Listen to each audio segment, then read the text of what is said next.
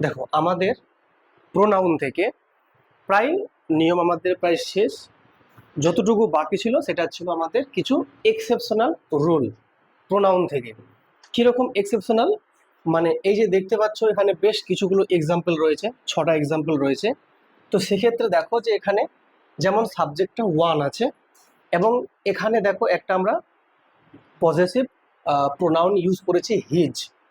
যদিও এটা possessive pronoun বলা যাবে না, এটাকে অ্যাডজেক্টিভ বলা যাবে, যেহেতু এটা নাউনের আগে বসে আছে। ডিউটি একটা নাউন, তো নাউনের আগে বসলে তাকে পজেসিভ অ্যাডজেক্টিভ বলি। যাই হোক, তো এই পজেসিভ অ্যাডজেক্টিভটা দেখতে কেমন হবে? এটা কি হিজ ঠিক আছে? মানে এই ওয়ানের জন্য হিজটা বসিয়েছি, ঠিক আছে না বেঠিক আছে? মানে আমরা জেনারেলি যখন একটা ছেলের নাম বোঝাই তো আমরা হিজ দিই, মেয়ের নাম বোঝালে হার দিই, তাই তো? কিন্তু এখানে লেখা আছে ওয়ান, মানে একজন। সে একজন ছেলে হবে না মেয়ে হবে আমরা জানি না। তাহলে সেক্ষেত্রে এখানে আমরা হিজটা দেবো কি না সেটা আমরা আলোচনা করব। তারপর দেখো 2 নম্বর দেখতে পাচ্ছ লেখা আছে এখানে ইউ আছে অ্যান্ড আই আছে, তুমিও আছো এবং আমিও আছি। সেক্ষেত্রে দেখো এখানে বুকসটা বলেছে ইয়োর বুকস। তো ইয়োর বুকটা ঠিক আছে নাকি হিজ হবে বা দেয়ার হবে না আওয়ার হবে সেটা আমরা এখানে দেখব। 3 নাম্বার দেখো লেখা আছে you and he completed their task. You বলছে এবং হি বলছে, মানে দুজন ব্যক্তি আছে আর কমপ্লিট করছে তাদের কাজগুলো নাকি তোমাদের কাজগুলো নাকি কাদের কাজ সেটা আমরা দেখব। মানে এইখানকার যে প্রোনাউনটা আমরা ব্যবহার করছি এই প্রোনাউনটা সবসময় কিন্তু এদেরকে দেখে বসানো উচিত। ইউ আছে হিও আছে, তাহলে কি বসবে? হি এর জন্য হিজ বসাবো নাকি ইউ এর জন্য ইওর বসাবো নাকি দুজনের জন্য দেয়ার বসাবো? এটা হচ্ছে বোঝার বিষয়, আলোচনা করব। নাম্বার 4-এ দেখতে পাচ্ছ লেখা আছে have you he and I receive their letters.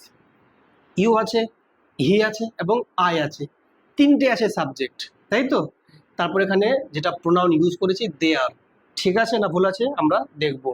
Number 5 দেখো ইচ ওয়ান অফ আস, মানে আমাদের প্রত্যেকে is doing our duty properly.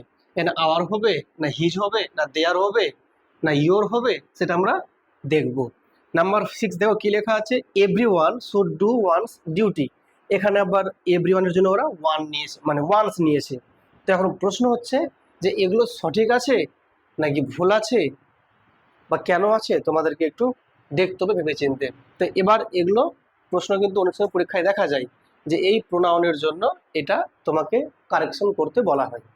তো তোমরা একটু ট্রাই করো, ঠিক আছে? তারপর আমি এটাকে নিয়ে আসছি, ট্রাই করো দেখি, চেষ্টা করো হালকা পাতলা দেখি। তো দেখতেই পাচ্ছ লেখা আছে one should do his duty sincerely. এই সমস্ত কেসের ক্ষেত্রে যখন এরকম দেখতে পাবে সেক্ষেত্রে একটু কষ্ট করে মনে রাখবে যে এই যে এখানে দেখতে পাচ্ছ হিজ লেখা আছে, এই হিজটা এখানে বসবে না।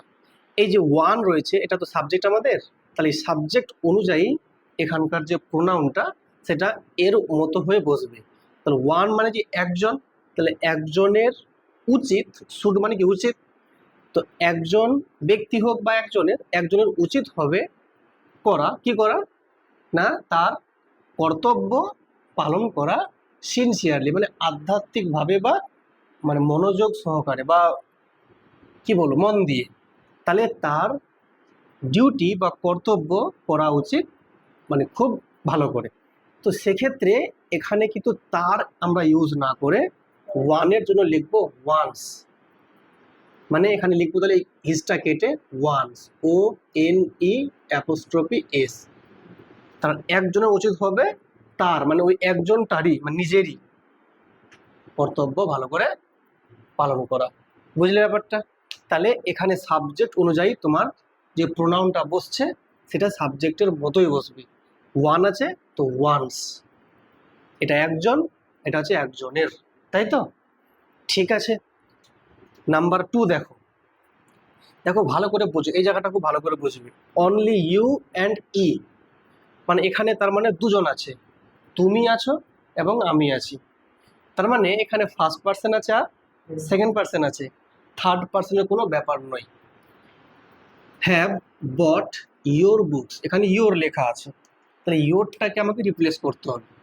কেন দেখো ভালো করে, তুমিও আছো আবার আমিও আছি, তাহলে শুধুমাত্র তুমি এবং আমি, বট মানে কি বলতো, এটা হচ্ছে বায়ের থার্ড ফর্ম এখানে, কারণ হ্যাভ, যেহেতু হ্যাভ বট আছে, এটা হচ্ছে প্রেজেন্ট পারফেক্ট টেন্স। তাহলে সেক্ষেত্রে বলছে তুমি এবং আমি কিনেছি বইগুলো। তো তুমিও আছো এবং আমিও আছি, মানে আমাদের বইগুলো কিনেছি। কি করে বুঝবে? দেখো ইউটা হচ্ছে কি, এটা হচ্ছে সেকেন্ড পার্সন, আর আইটা হচ্ছে কি ফার্স্ট পার্সন। যখন 2 এবং 1 নাম্বার আছে, কার প্রাধান্য বেশি পাবে? একের প্রাধান্য বেশি পাবে। তাহলে এক মানে কি আমিও যখন আছি ওর মধ্যে, তাহলে কথাটা আমাদের ইউজ করব, তাহলে ওখানে হবে কি আওয়ার হয়ে যাবে। বুঝছো ব্যাপারটা? তাই এটা হয়ে যাবে কি আওয়ার। তাহলে দেখো 2 1, অবশ্যই এক ফার্স্ট পার্সন, এর প্রাধান্য বেশি। ইউ সেকেন্ড পার্সন, এর প্রাধান্যটা ওর থেকে কম। তাহলে যেহেতু আমি এর মধ্যে আসি, তাহলে তখন আমরা বলবো আওয়ার। আর যদি আইটা না থাকতো তখন শুধু ইয়োর লিখতাম, ঠিক ছিল। ব্যাপারটা বুঝছো? ঠিক আছে। তাহলে এই 1 এবং 2 এর মধ্যে একের প্রাধান্য বেশি দিয়ে, তার জন্য আমরা আই তো আমার এখানে একের বেশি আছে, তাই আওয়ার কথাটা লিখলাম। মাই লিখলে হবে না। আবার যদি একমাত্র আই থাকতো, ইউ নাই, তখন লিখতাম মাই। আমি তো আমার, আর আমি, তুমিও আছো, তো আমাদের, তো আওয়ার। বোঝা গেল ব্যাপারটা আশা করি? ঠিক। নাম্বার 3 দেখো, ইউ অ্যান্ড হি। তাহলে বুদ্ধি করে তোমরা বলো, ইউটা কোন পার্সেন্ট? Second percent. আর হিটা থার্ড পার্সেন্ট। 2 এবং 3 এর মধ্যে কার প্রাধান্য বেশি? 2 এর প্রাধান্য বেশি। মানে 1 2 যদি 1 এর প্রাধান্য বেশি হয়, তো 2 3 এ 2 এর প্রাধান্য বেশি হবে। তাহলে সেক্ষেত্রে তাহলে ইউটা কি হবে বলে এখানে? ইয়োর হয়ে যাবে। তাহলে কি বলো? এটা হবে your. You and he completed your task. ঠিক আছে? বুঝে ক্লিয়ার আশা করি? একটু বুঝবে যে দুটোর মধ্যে কার প্রাধান্যটা বেশি পাচ্ছে। ঠিক আছে? Okay fine.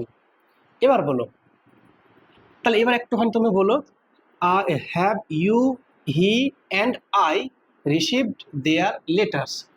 তাহলে নিশ্চয়ই বুঝতে পারছো যে এখানে তিনটেই আছে পার্সন।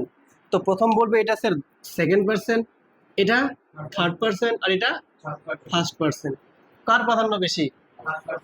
আই। তার কি বসবে? আওয়ার। একদম ভেরি গুড। তাহলে লেখো, have you, he and I received our letters. শেষে কিন্তু কোশ্চেন মার্ক আছে। এবার দেখো এইটা একটু ডিফারেন্ট টাইপের আছে, ইচ ওয়ান অফ আস। তাই তো? দেখো এর মানে বলছে যে আমাদের প্রত্যেকে। তাহলে আমাদের প্রত্যেকে মানে এক একজনকে বলছে নিশ্চয়ই, তাহলে সিঙ্গেল করে বলছে। তাহলে এখানে মেন যে সাবজেক্টটা হচ্ছে ইচ ওয়ান, মানে এক একজন, মানে সিঙ্গেল পার্সনকে বলছে। তাহলে যখন ইচ ওয়ান বলছে, তো এবার দেখো তোমরা এখন দেখো এখানে লেখা আছে যেটা আওয়ার আছে। ঠিক আছে? তো আওয়ার তো কোনো মতেই বসবে না, আওয়ার তো কোনো মতেই বসবে না। যদি সিম্পলি উই থাকতো, we are doing our duty, তখন ঠিক ছিল। কিন্তু এখানে আছে ইচ ওয়ান অফ আস, মানে আমাদের প্রত্যেকে, মানে অনেকের মধ্যে প্রত্যেকে, মানে কি এক একজনকে বলছে। তাহলে এটা হয়ে গেল মেন সাবজেক্ট, মানে এটা হচ্ছে সিঙ্গুলার অ্যাকচুয়ালি। তো সেক্ষেত্রে ভাবটা ইজ আছে, ঠিক আছে, কোনো সমস্যা নয়। ডুইং আওয়ারটা এখানে বসবে না। তাহলে একজনের জন্য আওয়ার তো বসাতে পারি না, পারি কি?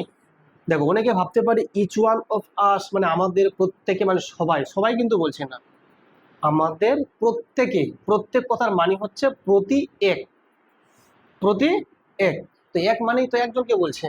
তো ইচ ওয়ান মানে সিঙ্গেল একজনকে বলছে। তো যখন সিঙ্গেল একজনকে বলছে, তো ইচ ভার্ব, তার ঠিক আছে। এখানে আওয়ারটা তাহলে বসবে না। আওয়ার তখন হতো যদি অনেকজন থাকতো, এমনি থাকতো উই অল, আমরা সবাই, তাহলে আর বলতাম, তখন এখানে আবার বলতাম। কিন্তু এখানে তো ওয়ান আছে, ইচ ওয়ান আছে, এক একজনকে বলছে। ঠিক আছে? তাহলে আবার কিন্তু বসবে না। তাহলে কি বসবে? এবার কিন্তু এখানে ওয়ান্স বসাতে পারবে না। যদি সিঙ্গেল ওয়ান থাকতো, ওয়ান থাকতো সিঙ্গেল, তখন ভাবতাম। কিন্তু এখানে ইচ ওয়ান আছে, আবার এখানে একটা আসের সাথে যুক্ত হয়ে আছে, সেক্ষেত্রে এই রুলটা খাটবে না। যদি সিঙ্গেল ওয়ান থাকতো, আগে পরে কিছুই থাকতো না, তাহলে ওয়ান্স দেব এইটা অনুযায়ী, যে one should do one's duty. কিন্তু এখানে দেখো ইচ ওয়ান অফ আস, এই ওয়ানের আগেও পরেও আছে, কিন্তু আগে নাও থাকতো ওয়ান অফ আস, তবু এই রুলটা খাটতো না। কেন? এই ওয়ান একা সিঙ্গেল বসে নেই, কাকে নিয়ে আছো? আজকে সঙ্গে নিয়ে আছে। এইরকম দেখতে পেলে চোখটা বন্ধ করে হিজ বসাবে। কি বলো? হিজ। তাহলে এটা হয়ে যাবে তোমার হিজ। তাহলে কি লিখবো? Each one of us is doing his duty properly. একদম। এখানে যেমন দেখো এভরি ওয়ান আছে, every one should do one's duty. One's তো হবে না, তুমি জেনে গেলে সিঙ্গেল যদি একটা ওয়ান থাকে তাহলে ওয়ান্স লিখতাম। এখানে এভরি ওয়ান আছে, তাহলে ওয়ান্স তো কোনো মতেই হবে না। তাহলে এটা একদম কেটে হয়ে যাবে, কি বলো? হিজ হয়ে যাবে, আগের মতোই। ঠিক। তাহলে কি বুঝলি এখান থেকে? খুব মন দিয়ে ব্যাপারটা শোনো, যেটা আমরা পেলাম এখান থেকে ফাইনালি, সেটা আমরা এটা পেলাম, যদি সিঙ্গেল ওয়ান থাকে, জাস্ট সিঙ্গেল একটা ওয়ান, তাহলে যেটা প্রোনাউন বসবে সেটা হবে ওয়ান্স। মনে থাকবে? যদি থাকে simply each one of something লেখা আছে মনে করো, ইচ ওয়ান অফ সামথিং, তখন কি বসে বলো? হিজ বসবে। ঠিক। ইচ ওয়ান না, যদি এভরি ওয়ান অফ থাকতো তবুও same, every one of something, তবু কি বসবে? হিজ বসবে। ক্লিয়ার না? ক্লিয়ার না? তাহলে এইগুলো একটু খেয়াল রাখবে, যে কখন শুধু ওয়ান আছে আর কখন ওয়ান অফ আছে। ঠিক আছে? যদি এমনি থাকে ওয়ান অফ সামথিং, তখন কি হবে? হিজ বসবে। মনে থাকবে? ঠিক আছে। তাহলে এই ছিল আমাদের কয়েকটা ব্যতিক্রম ধর্মী প্রোনাউনের কেস। তোমরা এগুলো একটু মনে রাখবে, এইখান থেকেই ওরা কোশ্চেনটা তুলবে, পরীক্ষায় গিয়ে দেখে নিও।